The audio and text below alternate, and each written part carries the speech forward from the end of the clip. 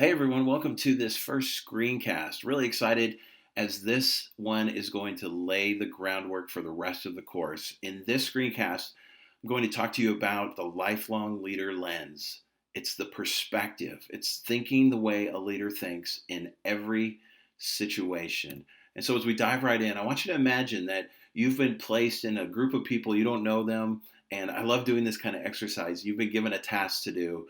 And as you are in this group, I love to stand back and kind of watch the dynamics as people try to begin to figure out, how to break the task down. How are we going to work together as a group? How are we going to organize ourselves? And in the process, there's always one, maybe two people that begin to assert themselves as the leader of the group. And what's interesting is everybody has an idea. They have a different idea, a different approach to leadership. What I notice is a lot of times people haven't taken the opportunity to sit down and think to themselves, right? If I'm going to be a leader, what kind of leader am I going to be?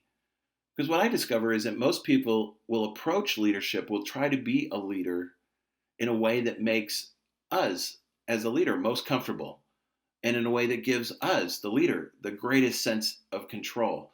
And our own comfort as a leader and our own control as a leader isn't necessarily the best way to lead a group in any given situation. And so, the thing I love about the lifelong leader perspective, this lens, is that it helps us to view each and every situation, not coming in with a prescribed set of tricks or ways that we're going to lead, but to really learn in that moment, right? To identify and organize who's going to do what, to really become clear on what we're trying to achieve, and how's everybody going to work together in the process. It is a way for us to view our world. And when you begin to look at the world this way, through this lens, which looks an awful lot like a Mickey Mouse balloon on its side, and I love that because it helps me remember. But as I look at it this way, then I begin to understand and can make leadership decisions in the moment that are going to be effective and help us to know what to do next. And so let's just break down each of these circles represents an area. And the first one is responsibilities. The second one is relationships. The third one is results.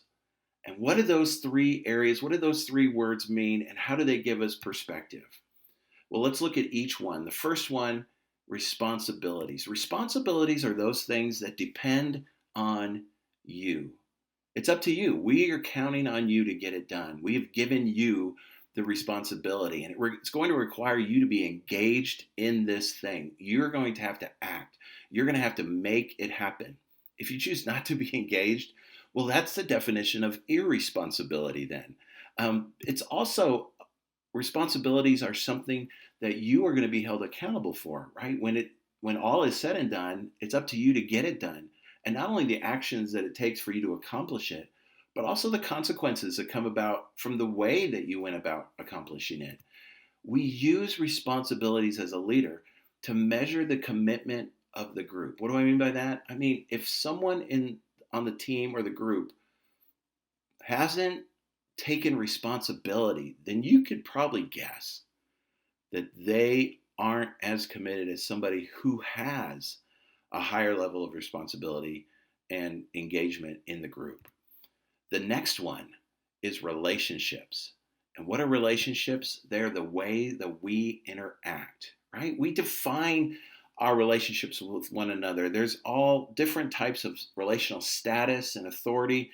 For instance, we could be acquaintances, we could be coworkers, we could be friends, we could be business partners or colleagues. There's all kinds of ways that we define the type of relationships we have and the authority in that you may be the boss and I may be the employee, or you're the supervisor, or you're the leader in some capacity and I work for you. But those all begin to define kind of the relationships we have. They also help us to understand our level of dependence on one another. That as we function as a team, because you have responsibilities and I have responsibilities, we are going to need to depend on each other in order for things to get done and for those responsibilities to align. And that means we really need each other.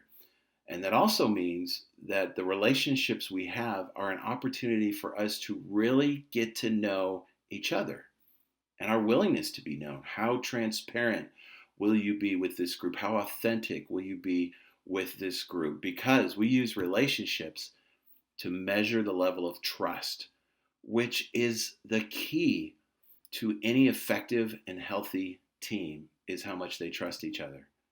Finally, the last area in the lifelong leader lens is results. And results are simply the target on the wall. It is the thing we are trying to accomplish. When we are navigating toward what's next, the results are what's next. And so it's the outcome of our work, both today and as a whole. Maybe we have quarterly goals or annual goals or things we're trying to accomplish. Well, the work we do today is affected by the results we're trying to achieve as a whole. It affects how we do our work today, and how we do our work today plays a huge role in whether or not we're able to accomplish the big goal we've set. And so we use results to measure our progress. Are we moving forward as we navigate toward what's next? Are we getting there? So it's important as we think about the lifelong leader lens to realize that every single area is necessary. Every area relates to the other one. That you can't simply look at responsibilities alone or results alone or relationships alone. That will lead to an imbalance on your team and an ineffectiveness, and you won't be as healthy as you can be. And so a leader is able to step back and see all of these things, understanding that at some point, if you were to just focus on results and relationships, but not really concern yourselves with responsibility, then nobody would do anything, because we need responsibilities to get things done. Or if we took off relationships, right, and we only focused on results and responsibilities, well, then we'd end up doing our own thing because we're not dependent on each other. We just all have our own jobs. We're going toward the goal, and you know what? It's definitely not as much fun. And what happens if we take results off the table and we only focus on our responsibilities and our relationships? Well, then we have no idea where we're going. We are lost because we haven't set a common target, a goal on the wall that we are all aiming for. And so we're just spinning our wheels, and we may be having fun, but our work isn't that significant. And so all three are important.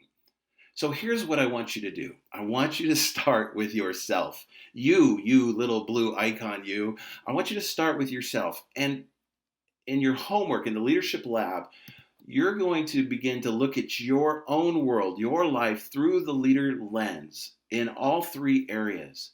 And as you do that, you'll begin to see where, for whatever role you have, there are certain responsibilities and results you're trying to achieve, and there are key relationships that are a part of that. And as you get familiar with yourself, then you'll begin to expand and begin to see that as you work with other people. And this is key. And so along the way, we will be referring back to the lifelong leader lens. But at this point, I want you to begin to practice looking at your world through the lens of responsibilities, relationships, and results.